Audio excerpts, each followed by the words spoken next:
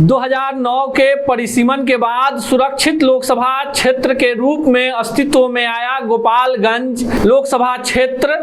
पहली बार 1957 में इस लोकसभा क्षेत्र से डॉक्टर सैयद महमूद कांग्रेस के टिकट पर चुनाव जीते थे।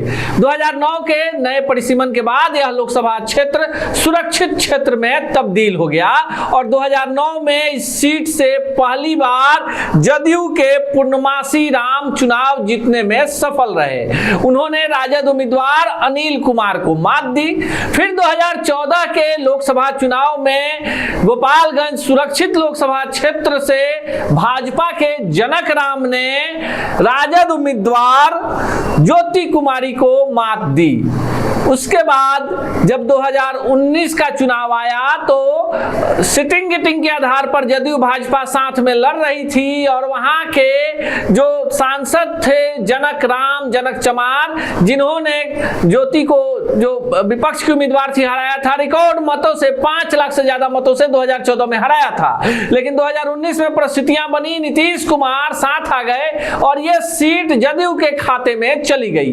जदयू ने यहां से चर्चित चिकित्सक डॉक्टर आलोक कुमार सुमन को उम्मीदवार बनाया तो दूसरी तरफ राजद ने इस सीट से सुरेंद्र राम महान को टिकट दे दिया। लेकिन इस सीट पर जदयू चुनाव जीत गई और राजद चुनाव हार गई। अब गोपालगंज की सीट की चर्चा करें तो थोड़े से इसके इतिहास भूगोल की भी चर्चा कर लेते हैं। जो गोपालगंज सीट है, इस सीट पर पहली बार हमने आपको बताया कि डॉक्टर सैयद महमूद कांग्रेस के यहां से चुनाव जीते। 1962 से लेकर 1977 तक द्वारिका नाथ तिवारी इस सीट से चुनाव सांसद के रूप में जीतते रहे। 1980 में नगीना राय ने उनके जीत के रिकॉर्ड को तोड़ा और पहली बार सांसद बने। लेकिन 1984 में काली पांडे यहां से निर्दलीय सांसद बन गए। यह लहर थी कांग्रेस के पक्ष में, लेकिन इस सीट से काली पांडे निर्दलीय सांसद बन गए।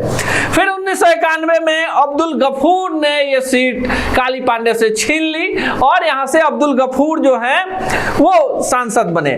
फिर 1996 में राजद के लाल बाबू राय यहां से सांसद बने। 1999 में यहां से राजद के रघुनाथ झा ने फिर काली पांडे को मात दे दी। रघुनाथ झा मूल रूप से शिवहर के रहने वाले थे, पर उनके लिए गोपालगंज की जो सीट थी सेफ मानी गई, ब्राह्मण बहुल सीट, और जहां पर पिछड़ी दलित जातियों के साथ साथ बनिया समुदाय का एक मुश्त वोट भाजपा के फेवर में जाता था, उस तिक्रम को तोड़ दिया रघुनाथ झा ने और चुनाव जीत गए। रघुनाथ झा यहां से 1999 में हराया काली पांडे को। 2004 में लालू यादव के साले साधु यादव ने इस सीट से राजद उम्मीदवार के तौर पर जदयू के प्रभुदयाल सिंह को मात दे दी। यानी 2004 में यहां से साधु यादव सांसद बने।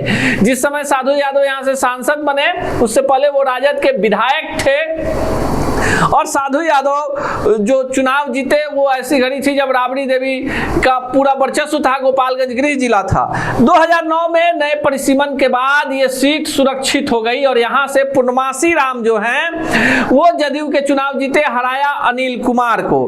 फिर 2014 में जनक राम ने ये सीट जीती भाजपा उम्मीदवार के तौर पर और हराया कुमारी ज्योति को जो विपक्ष की उम्मीदवार थी।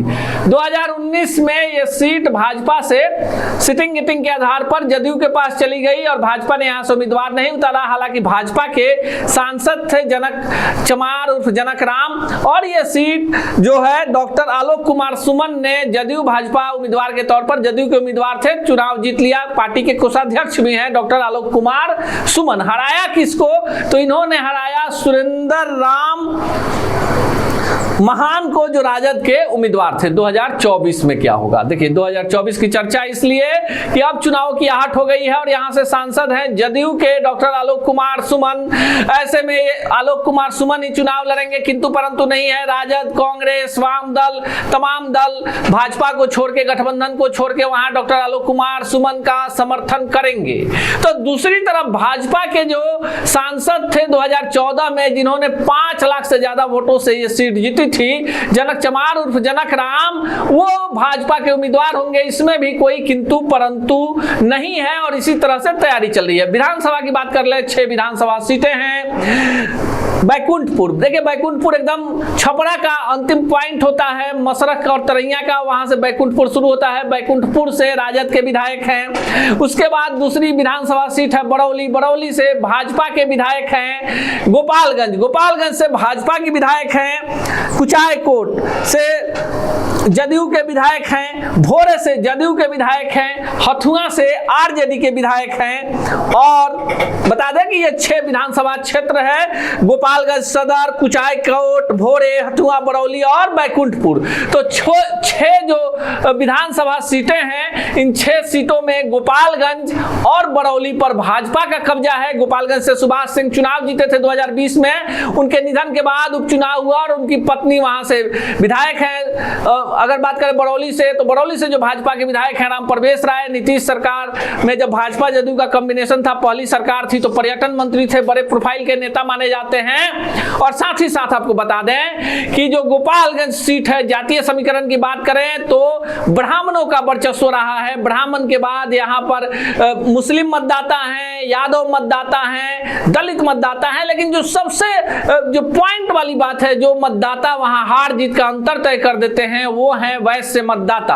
और वैश्य मतदाता जो है कहीं ना कहीं भाजपा के कैडर माने जाते हैं। राजपूतों की भी अच्छी खासी तादाद है, भूमिहारों की भी है। यही कारण था जब एमएलसी का चुनाव हुआ तो वहां से भाजपा के गब्बू बाबू जो भूमिहार समुदाय से आते हैं, उन्होंने राजद उम्मीदवार दिलीप सिंह को महज 7 वोटों से हरा दिया। और ये लड़ाई को आप समझ सकते हैं कि अब जो लड़ाई है, क्योंकि बीजेपी के जो गब्बू सिंह थे, उनको गप्पू बाबू जो थे, उनको तमाम जातियों को, राजपूतों को छोड़कर बाकी जातियों ने समर्थन कर दिया। राजद से जो दिलीप सिंह थे, पैसा पानी की तरह बहाया, 7 वोटों से चुनाव हार गए। जिला के अध्यक्ष हैं, माने राजद के अध्यक्ष हैं वहां पर दिलीप सिंह। ऐसे में इस बार जो टक्कर होगी वो डॉक्टर आलोक कुमार सुमन जो जदयू के सांसद हैं गोपालगंज से, और उनके खिलाफ में होंगे जनक चमार जो 2014 में कुमारी ज्योति को 5 लाख मतों के अंतर से चुनाव हराकर बढ़े थे। एक और बड़ी बात गोपालगंज सीट के बारे में आपको बता दें कि 1980 के बाद गोपालगंज सीट पर कोई भी ऐसा व्यक्ति जो वहां से सांसद का चुनाव जीता, दोबारा कभी वहां चुनाव नहीं जीत पाया। साथ ही साथ आपको यह भी बता दें कि गोपालगंज से रघुनाथ झा जब चुनाव जीते तो रघुनाथ झा बाहरी थे, पूर्णमासी राम बाहरी थे, दो बाहरी उम्मीदवारों को भी इस सीट ने मान सम्मान दिया। 2024 की लड़ाई गोपालगंज में काफी रोचक होगी, रोमांचक होगी। साथ ही साथ आपको बता दें कि लालू प्रसाद यादव का गृह जिला है, नीतीश कुमार का भी जो कुर्मी कोयरी का जो वोट है वो हथुआ, कुचायकोट और भोरे में है। और ये जो 3 रीजन है, प्रभुदयाल सिंह बड़े कुशवाहा के नेता माने जाते हैं, वहां से जदयू ने उनको लोकसभा का चुनाव भी लड़ाया, हालांकि वो चुनाव नहीं जीत पाए।